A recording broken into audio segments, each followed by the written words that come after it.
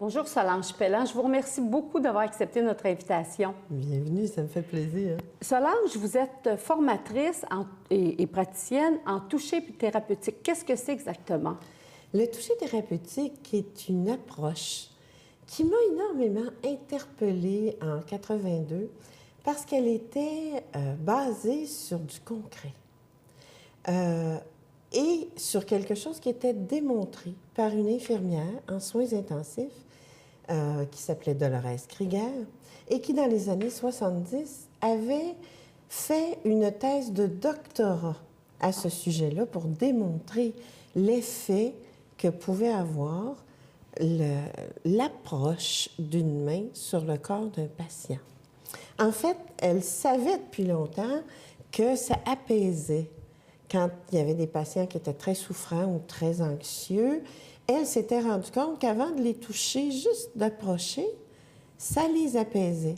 Mais lorsque les appareils de mesure, les moniteurs et autres sont apparus dans le monde médical, elle a pu constater de visu que ça avait un impact. Donc, elle ne touchait pas vraiment, elle arrivait à une certaine hauteur près de la peau? Une certaine hauteur au-dessus du corps du patient, qu'il soit inconscient ou non, d'ailleurs. Même sur les vêtements? Même sur... Oui, toujours sur les vêtements, d'ailleurs. Et là, ça a été pour elle comme, ben mon Dieu, c'est pas un hasard, ça le fait chaque fois. Le taux d'oxygénation montait un peu, le rythme cardiaque devenait plus stable et la personne semblait se détendre et expérimenter moins de sensations de douleur. C'est quand même assez particulier. Cette personne, cette infirmière, elle était urgentologue, elle était... Non, elle était... aux soins intensifs. Aux soins intensifs. Elle a fait une bonne partie de sa carrière aux soins intensifs. Et à un moment donné, à cause de cette découverte, elle a décidé de faire un doctorat en nursing. Et elle est devenue professeure émérite de l'Université de New York. Ah bon, donc c'est vraiment, c'est scientifique, là, c'est pas... C'est-à-dire, oui, c'est scientifique dans la mesure où vous avez pu mesurer et colliger toute l'information requise pour présenter un doctorat qui soit reçu par vos pairs. Alors ça veut dire qu'elle a répété l'expérience. Elle a colligé des informations, des données très factuelles pour arriver à obtenir ce doctorat. Est-ce que le fait que les gens étaient affaiblis, ça avait un impact plus prononcé ou ça peut se faire chez les gens à la maison qui sont quand même... qui ne sont pas en phase terminale ou qui ne sont pas en soins intensifs, mais qui ont quelques problèmes... Bien entendu. Des problèmes physiques ou moraux? Dans les deux cas, ça peut aider beaucoup. Comment ça, donc? Évidemment, la personne qui n'est pas très malade et qui n'est pas sous moniteur, ça va être difficile de vérifier comme ça, de visu, que ça fait osciller, bon, les données. Mais on va voir rapidement, pour quelqu'un qui a des douleurs mineures, ou qui vient de subir une chirurgie, ou qui vient de subir un traitement de chimio, ou qui vit une grande anxiété. Excusez, c'est parce qu'on sait qu'on connaît à peu près beaucoup de monde d'entre nous qui connaissons des gens qui ont eu le cancer. De quelle façon ça fait quelque chose par rapport aux gens qui ont de la chimiothérapie? Bon, ce que Dr. Krieger a réussi à démontrer, c'est 4 éléments. Le premier étant une détente qui réduit considérablement la sensation de douleur. Première chose. Deuxième chose, elle permet une régulation, une meilleure oxygénation du corps. En troisième lieu, elle favorise grandement la cicatrisation. Et on sait, par exemple, que dans les cas de cancer, les substances chimiques qui sont injectées aux patients n'ont pas comme cible que les cellules atteintes, mais bien toutes les cellules du corps, même celles qui sont saines. Et celles qui ont eu un traumatisme, comme une cicatrice, je pense à des gens qui sont opérés pour le cœur. Je pense à une amie en particulier où, bon, c'est douloureux tout ça, et puis ça laisse des traces. C'est bon aussi pour ça. Ça accélère la cicatrisation. Vraiment. Et ça permet de réduire la sensation de la douleur. C'est vraiment intéressant. C'est vraiment intéressant. Mais vous faites quoi à ce moment-là? Est-ce que la personne est étendue?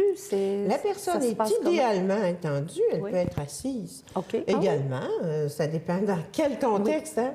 Oui. Qu'est-ce qu'elle a comme empêchement? Oui, bien, c'est ça. Puis dans quel contexte on le pratique? Parce qu'on peut le pratiquer au bureau, on peut le pratiquer chez soi avec nos enfants, on peut le pratiquer en milieu hospitalier. D'ailleurs, en passant, moi, ça fait un nombre incalculable de fois que je suis appelée au chevet d'un malade qui vient de subir une chirurgie ou qui ne va pas du tout pour toutes sortes de raisons, et que je lui prodigue des soins de toucher thérapeutique. Si rapidement après une opération? En fait, le plus rapidement possible. Le plus rapidement, c'est le mieux. Ah bon? Parce que on va parler tout à l'heure, je l'espère, de la structure bioélectrique du corps. Alors là, ça va devenir très, très évident pour nos téléspectateurs, la raison pour laquelle c'est formidable de le faire rapidement. OK. On va y revenir quand on va parler de l'éveil du sixième sens. Non, pas nécessairement. Non? Mais bon, oui. Mais donc, et ça réduit l'inflammation. Vraiment? Alors, les gens qui font de l'arthrite, hein, on a tout beaucoup de ce qui est inflammatoire, tout ce qui finit par « it », oui, va pouvoir être aidé beaucoup par cette approche-là. Et la cicatrisation, je reviens rapidement sur le cancer, c'est que les cellules qui sont blessées d'une certaine façon, là, qui sont atteintes par la chimiothérapie. Oui, parce qu'on sait que ça détruit les mauvaises cellules, mais ça détruit aussi les bonnes. Alors, ça accélère le processus de cicatrisation des bonnes. Vraiment.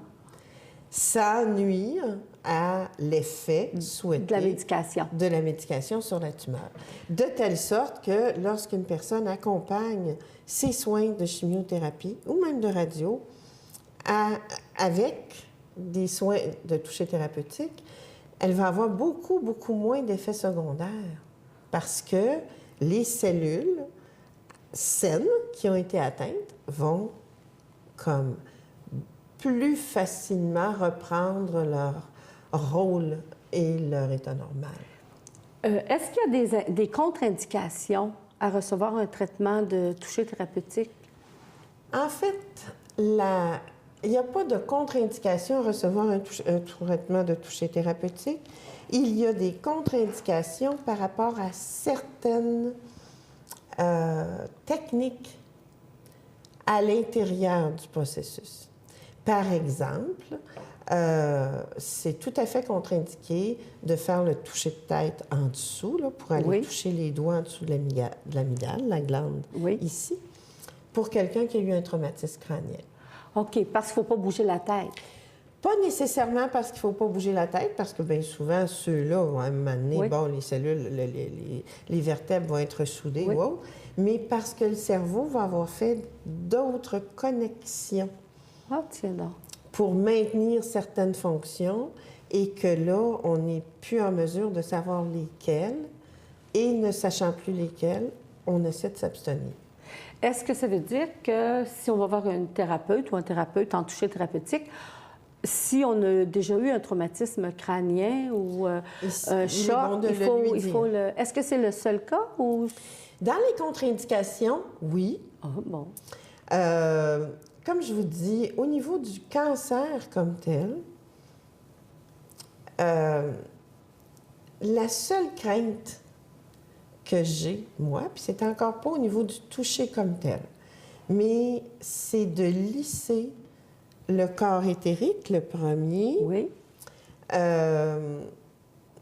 autour de la zone affectée, pour ne pas entraîner par effet magnétique sur le tissu même de la cellule, une propagation des métastases. OK.